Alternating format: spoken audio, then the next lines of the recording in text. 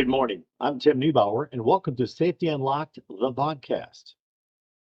And I'm Dave Bittner. Today is Friday, February 7th, 2025. Already February.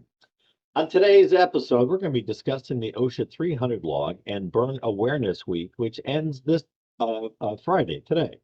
But first, let's talk a little bit about the news. DOL finalizes its rule on proper fit requirements for PPE in construction. Can't believe we're having this conversation, Dave. They're revising the OSHA standard to say, Tim.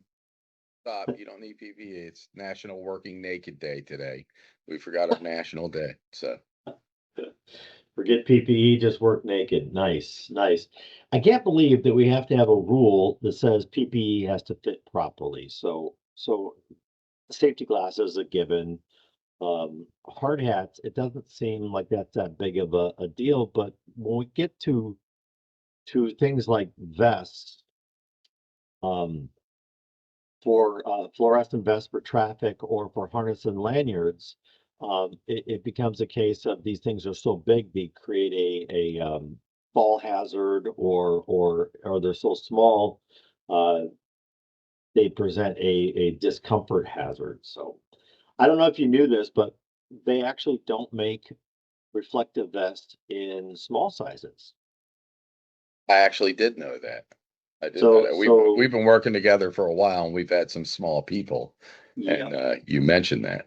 And it's because the number of the number of square inches of reflective material, they can't make it small. So unfortunately, employees will tend to try to customize these and make them too small. But OSHA is coming up with requirements for PPE in construction that it fits properly.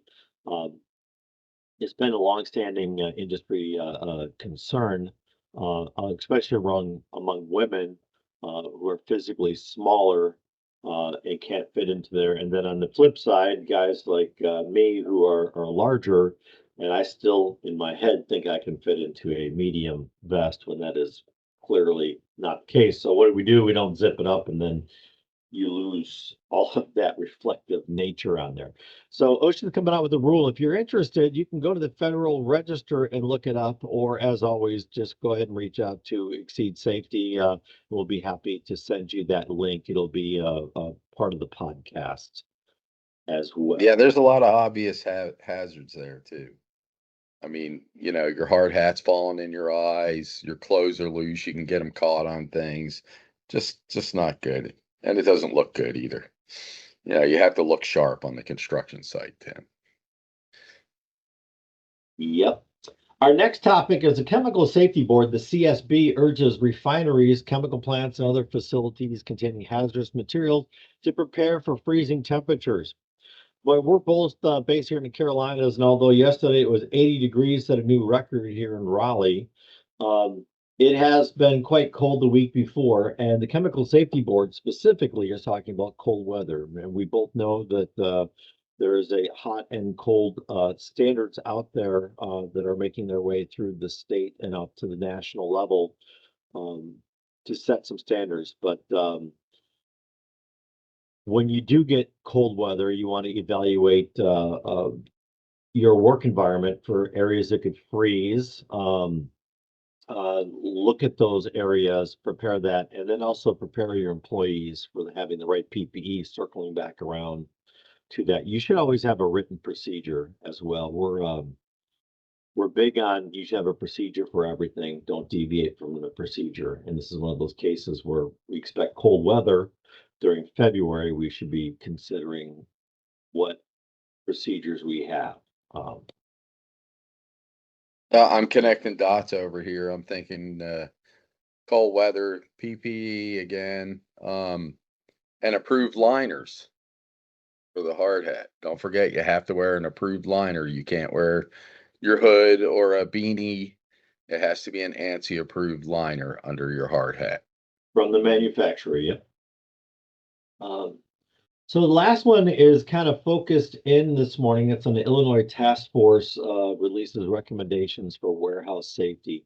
This basically comes from a 6 workers were killed at Amazon warehouse in Illinois 3 years ago when a tornado destroyed the warehouse and they didn't have adequate uh, storm shelter. And I should say they didn't have it. It wasn't identified in their investigation. So is chance of a tornado happening in February is pretty slim, but not completely gone throughout the United States. But when you are considering setting up your emergency action plan,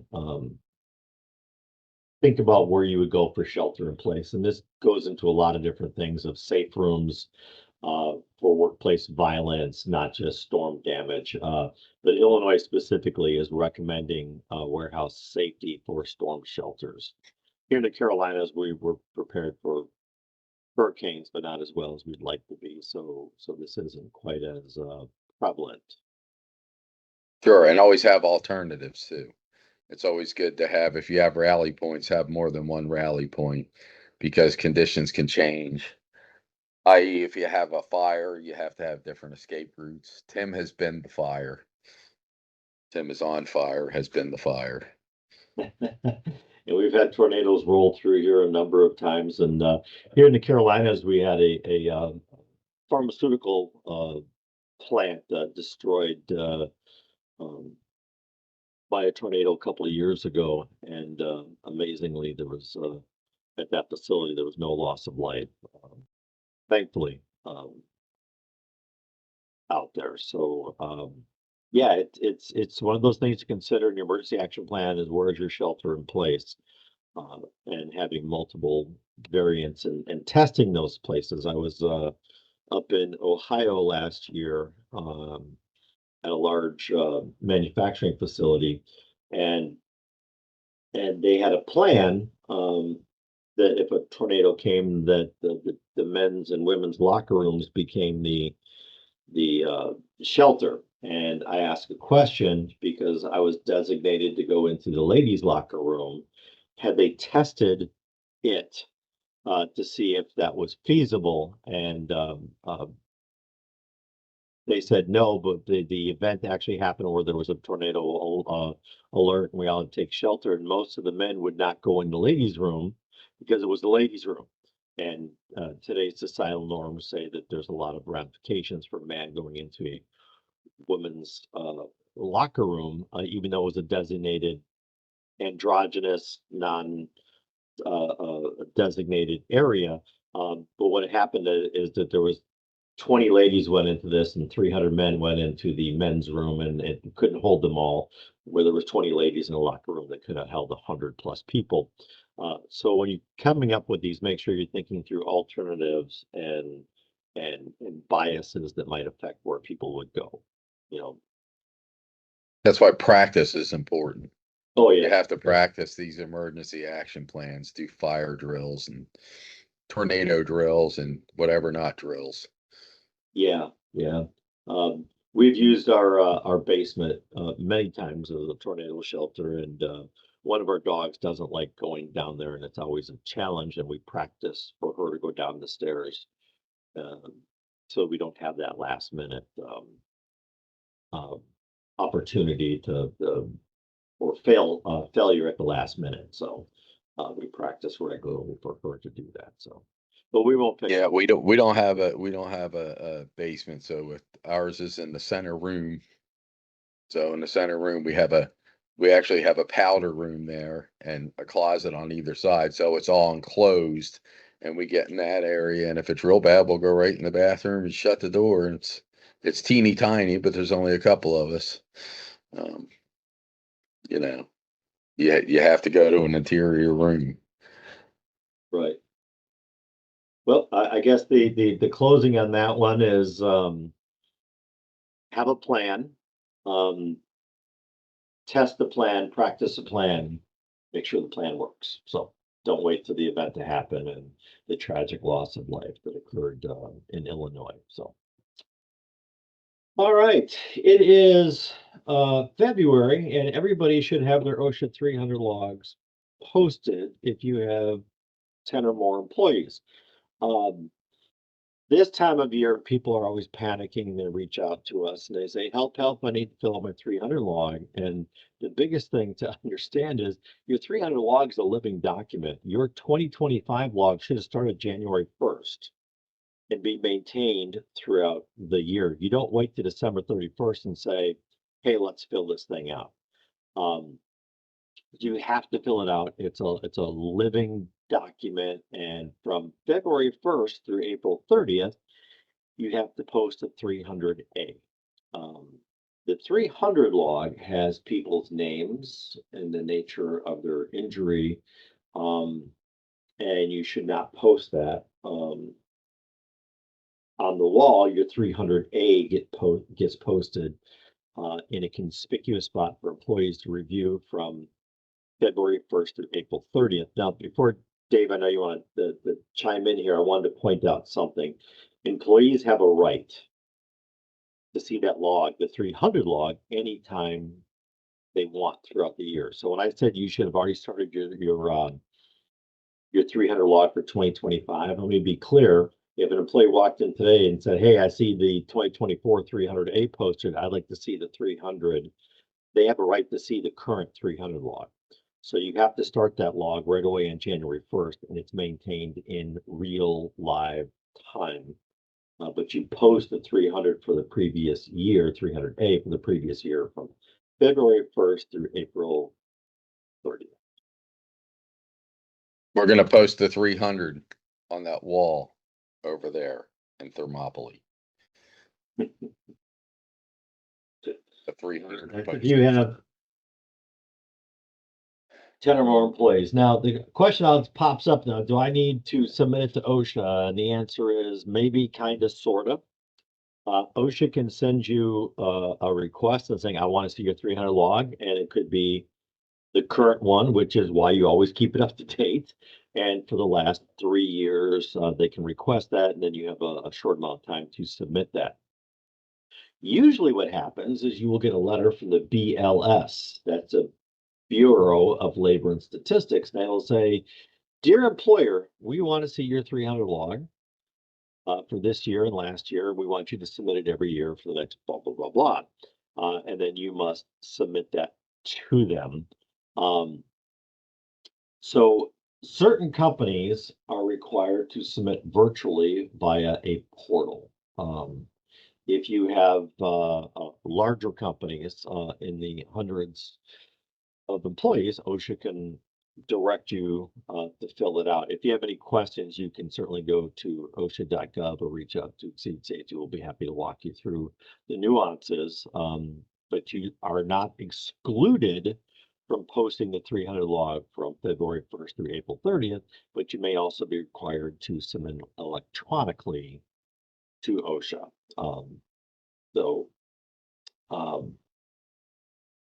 Big deal. Big deal. Part of the unknown is what is OSHA recordable doesn't necessarily mean workers compensable, and what is workers compensable doesn't always equal OSHA recordable. So it gets confusing, and I taught a class for years on recordability. It was an 8-hour class and there was a 40-hour class. And at the end of 40 hours, people would always say, what if? And I would say, depends.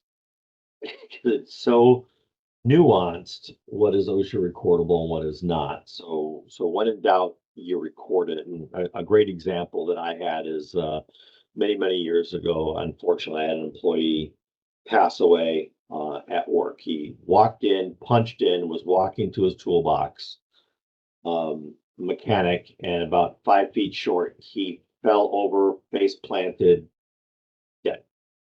We were there to give first aid CPR. The ambulance was there within 2 minutes, and unfortunately, the gentleman passed away.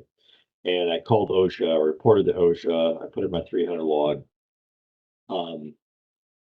That we had a workplace fatality, and 5 months later, the autopsy results came back in. OSHA notified us that he had died of a ruptured aorta there was a birth defect undiagnosed. And that was not a workplace event, so I was able to line through the 300 log, and it didn't happen. So again, the OSHA 300 log is a living, breathing document, and it gets changed and can get changed, because if you have a workers' comp case that occurred on December 26th, 2024, and they were out for 2 weeks, that all gets recorded on the 2024 log. But if it turns into a 4-week event, you keep adding to the 2024 log. So again, your log has to be posted from February 1st through April 30th. But it's a living document. You should have already started your 2025 event log. So cool. Dave, do you know what today marks the end of? The hot topic. Burn Awareness Week. Oh yeah, I should know that one. That one's I don't want to say near and dear to my heart, but I've spent some time in the hospital with a severe burn when I was in the Army. So important topic. Yes, and this actually leads to a little side point, is that you are 7 times more likely to be injured at home or off the job than you are on the job. So this week's theme for burn awareness focused on homes, apartments, and all living spaces, especially during the winter months where people use alternative sources of heat to augment to keep their home warm. I know a couple weeks ago we had a cold spell here in North Carolina, which causes me to light our fireplaces, which leads to open flames in houses, space heaters, and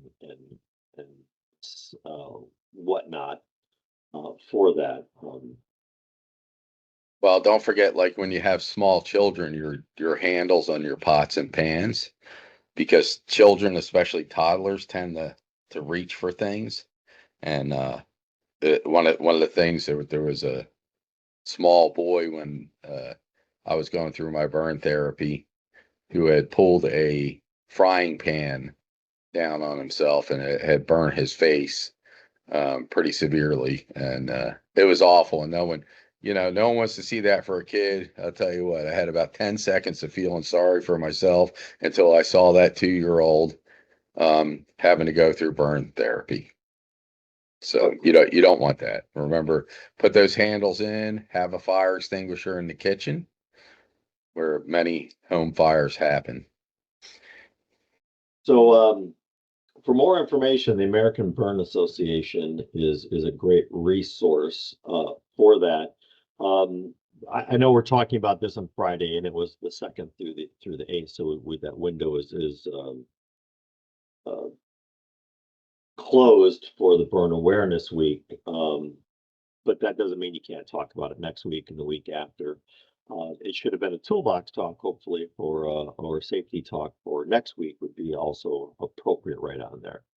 So yeah, it's heartbreaking when that happens.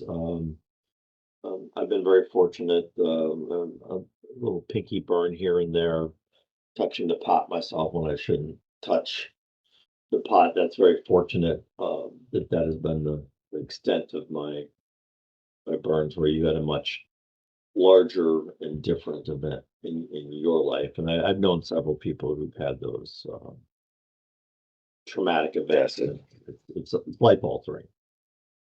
I don't wish it on anybody. I really don't. I was fortunate, didn't have a lot of scarring, but you never know. And it can be catastrophic. It can be catastrophic in some cases. So be careful with the hot stuff. Absolutely.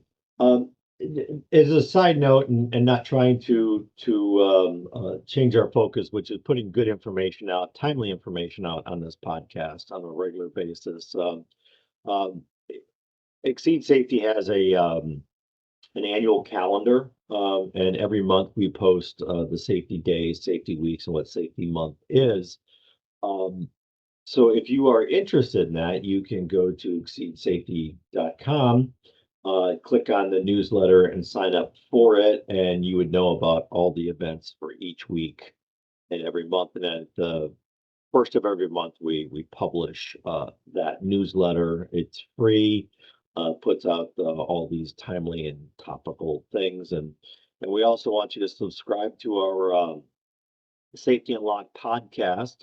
You can do that through whatever platform you have, or simply go to the Exceed Safety website and sign up for that. If you have any topics you'd like us to discuss or have questions, feel free to drop us a line by our info page or all of our social media channels. So this is pretty much an open-based forum. If you again, if you have any of those topics you'd like us to discuss, it's pretty wide-ranging. And Dave, on just a little squirrel moment side note, I was in Las Vegas a couple weeks ago speaking at the World of Concrete, and between myself, a lot of the attendees to my event, there was a little confusion, and everybody was at my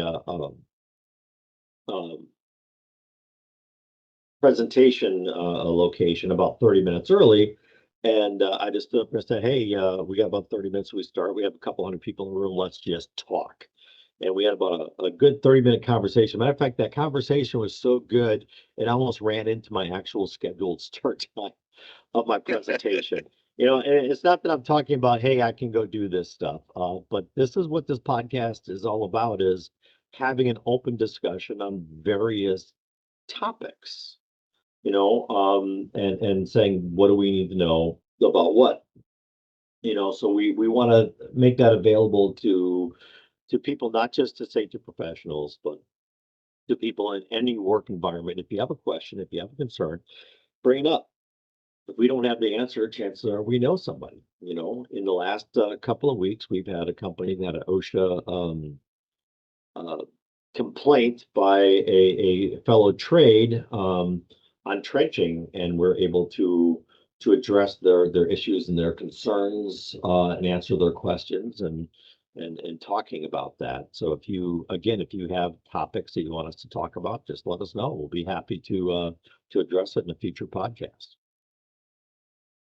So yeah, I'm stoked we're back. We're a little rusty at this. It's been a while, but business has been busy, and we're back, and Grayson, my cat, is back. Yeah. Because of the audio, you're not seeing the video of Dave. His cat is walking past the camera back and forth, and the tail looks like a windshield wiper thing. And my cat is working naked today, even though Oh, he's not one of those hairless cats.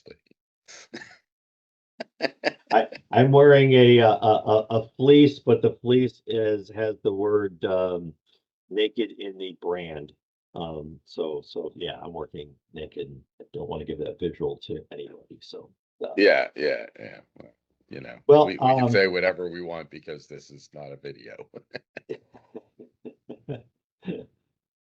Well, that wraps up this episode of Safety Unlocked, the podcast. Don't forget to subscribe to the Morning Show podcast, or our podcast platform on whatever social media channel you're listening on. Look for us on LinkedIn, Facebook, Instagram. We are not on TikTok anymore, not for political reasons, but for marketing reasons. We just weren't getting the ROI because two old gray hair guys don't tend to make TikTok things, even if we do wear a bikini. If you have safety questions, reach out to us at info@exceedsafety.com. Send it our way. We might feature it in our next episode. I'm Tim Neubauer. That's Dave Bittner. Dave Bittner. Remember, safety is everyone's business. You have been listening to Safety Unlocked, the morning show, a podcast for safety people by safety people. Brought to you by Exceed Safety, a full-spectrum consulting firm. Visit our website at exceedsafety.com or call us at 919-728-SAFE. Exceed Safety, LLC.